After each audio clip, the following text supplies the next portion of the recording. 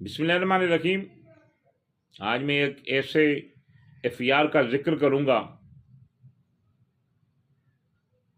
जिसने कराची पुलिस के इन्वेस्टिगेशन में तैनात तमाम उन लोगों के लिए और इन्वेस्टिगेशन के तमाम उन अफसरान के लिए जो ऐसे सवाल पुलिस की नाकस तफ्तीश की वजह से पैदा कर दिए हैं, पुलिस की मुल्ज़मान को सपोर्ट करने की वजह से पैसे पैदा कर दिए हैं, जिनका शायद किसी के पास जो जवाब न हो।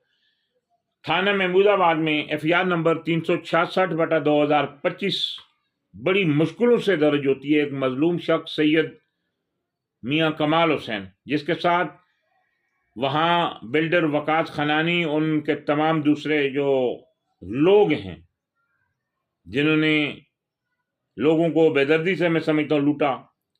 सैयद कमाल शाह से 15 लाख रुपए 2019 में लिए, बैंक ट्रांजैक्शन के जरिए लिए, और उन्होंने उनको दुकानें देने का वादा किया और उनके साथ जो एग्रीमेंट करना से वो बार बार कोतराते रहे, क्योंकि उनका मकसद ही यही था कि ये इस गरीब शख्स के पैसे हड़प कर दिए जाएं। 2019 से लेकर 2025 तक सैयद कमाल हुसैन शाह दर बदर की ठोकरें खाता रहा, इंसाफ नहीं मिला।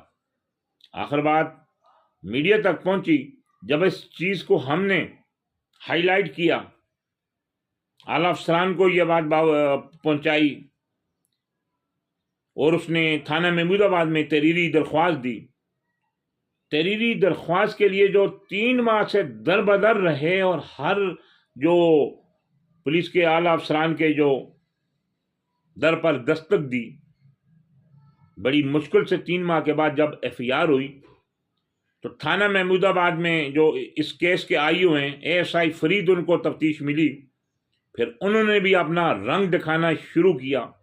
हमदर्दी जालिमों से और दिखावे की जो हमदर्दी थी वो मदई मुकदमा के साथ रही। इस केस में रिश्वत भी ली गई, मगर मजलूम को इंसाफ फराहम करने की बजाय ठोस एविडेंस होने के बावजूद एएसआई फरीद का कहना था कि मेरे पे आला अफसरान का प्रेशर है और मुल्ज़मान चूंकि बिल्डर हैं और मुल्ज़मान में एक नामजद जो मुल्ज़मान है वकास खनानी, उसकी कई आला पुलिस अफसरान के पास 7 तस्वीरें हैं जो कि रिकॉर्ड के हिस्से हैं। अगर कोई पुलिस अफसर मांगेगा तो हम उन्हें फराहम करेंगे।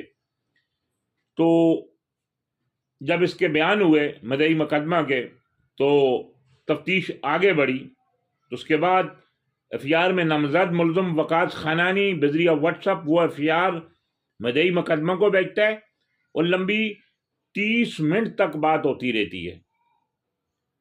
मुल्ज़म ने मदई मुकदमा को फोन करके कहा कि आपको मैंने बताया भी था कि मेरे ताल्लुकात, मेरे हाथ बहुत लंबे हैं, पुलिस के तो आला अफसरान मेरे घर पर आते हैं। और ये एक तस्वीर उसकी रिकॉर्ड कैसे है, लेकिन ये झूठ है। मुल्ज़म वकास खनानी शातिर आदमी है, वो अपनी तस्वीरें दिखा के सिर्फ लोगों को ब्लैकमेल करता था। इसमें पुलिस का, जहां मैं समझता हूं, आला अफसरान का कोई रोल नहीं है। लेकिन जहां जो इस बात में जब दूसरा रुख अख्तियार किया, उसने जो धमकियां दी, इसके प्रूफ हमने जब एसआईओ को भी दिए और इन्वेस्टिगेशन ऑफिसर जो फरीद हैं इसके एफआईआर में जो तफ्तीश कर रहे हैं उसको भी दिए। तो जब वो कोर्ट में पेश हुए, मुल्ज़म ने चूंकि बिल कराई हुई थी, तो महाजज कोर्ट के सामने मुल्ज़म वकास खनानी ने इतराफ़ किया कि मैंने इसके पैसे लेके किसी लतीफ़ बिल्डर को दिए हैं।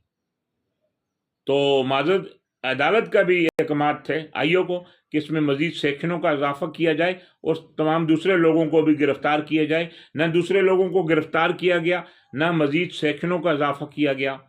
और उसके बाद जब भी हम जो इसका मौक़िफ़ लेने के लिए एएसआई फरीद से रब्ता करते थे तो वो टाल मटोल से काम लेता था। अब उसने उस दिन खुल के कहा कि मेरे पे आला अफसरान का दबाव है। हैरत की बात यह है कि इंसाफ के राह में रुकावट पुलिस के तफ्तीशी अफसरान के साथ साथ वो आला अफसरान कौन है। इस वाक़े की हमने डीआईजी ईस्ट को पर्सनल तौर पे व्हाट्सअप करके मैंने जो तमाम जो इस मजलूम की कहानी सुनाई और जालिम के जुल्म से आगाह किया। एसएसपी इन्वेस्टिगेशन 1 जो ईस्ट में है انہیں بھی ہم نے اس بات سے آگاہ کیا کہ انصاف کا گلا گھونٹا جا رہا ہے، اور آپ کے ماتحت S I Farid, S I O Mahmoodabad اور کچھ لوگ اس کو بچانے میں لگے ہوئے ہیں۔ ایس آئی فرید کا تو یہاں تک کہنا تھا کہ مجھے حکم ملے ہے کہ یہ F I R C class کر دو۔ جب ہم نے ان سے سوال کیا کہ 3 ماہ کی انکوائری کے بعد یہ ایف آئی آر درج ہوئی ہے، ٹھوس ایویڈنس کی بنیاد موجود ہے، تو آپ یہ F I R C class کیسے کر سکتے ہیں؟ تو پھر اس نے کہا کہ اس میں مجھے جو اعلیٰ افسران کا دباؤ تھا، اس لیے میں مجبور ہوں، نہ میں مزید سیکشنوں کا اضافہ کرتا ہوں۔ پھر اس نے چپکے سے وہ چلان بھی جمع کرا دیا، اور مدعی الدین اپنا وہاں وکیل کے ہمراہ جب معزز کورٹ کے سامنے یہ چیزیں وہاں سرکاری وکیل کے سامنے رکھی، انہوں نے یقین دلایا ہے یا تو اس کی ری انکوائری کرائی جائے گی یا آپ کو انصاف انشاءاللہ انصاف کے تقاضے پورے کیے جائیں گے۔ میرا سوال ہے آئی جی سندھ سے، ایڈیشنل آئی جی کراچی سے، ڈی آئی جی ایسٹ سے، ڈی آئی جی ایسٹ کو میں نے پرسنل ان کے واٹس ایپ پہ صورتحال سے آگاہ کیا، اور S S P east investigation کو بھی آگاہ کیا، لیکن افسوس کا یہ عالم ہے کہ کوئی مظلوم کے ساتھ نہیں کھڑا ہوتا۔ ظالم کو بچانے کے لیے تمام انویسٹیگیشن کی مشینری ایک ہو گئی اور مظلوم کی ایک نہ سنی گئی، جو 6 سال سے در بدر کی ٹھوکریں کھا رہے ہیں۔ انصاف کے نام پر ان تمام دبے ہیں، یہ کالے دبے ہیں، جو پولیس کی یہ کالی بہنیں میں سمجھتا ہوں، جنہوں نے ایک مظلوم کو در بدر کر دیا ہے۔ ایف آئی آر ہونے کے باوجود وہ مظلوم کی مدد کرنے کے باوجود مدد کرنے کی بجائے وہ ظالم کو سپورٹ کرتے ہیں۔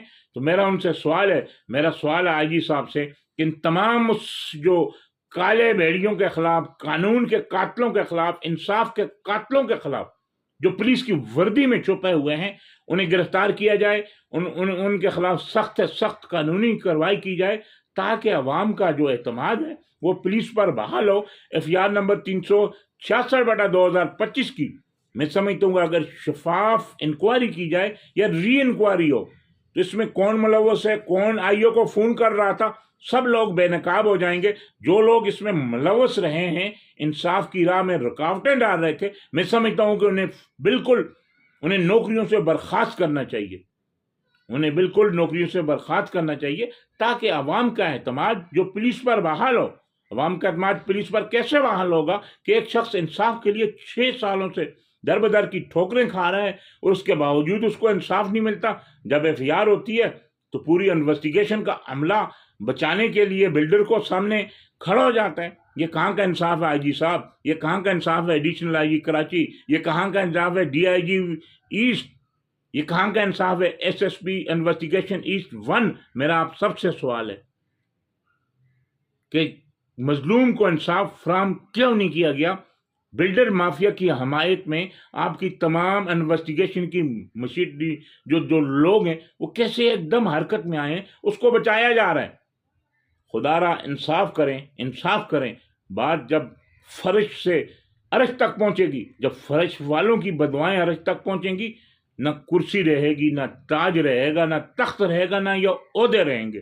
اب دیکھتے ہیں کہ اس پر I G Sindh, additional I G Karachi, D I G east اور S S P investigation east 1 کیا کارروائی کرتے ہیں۔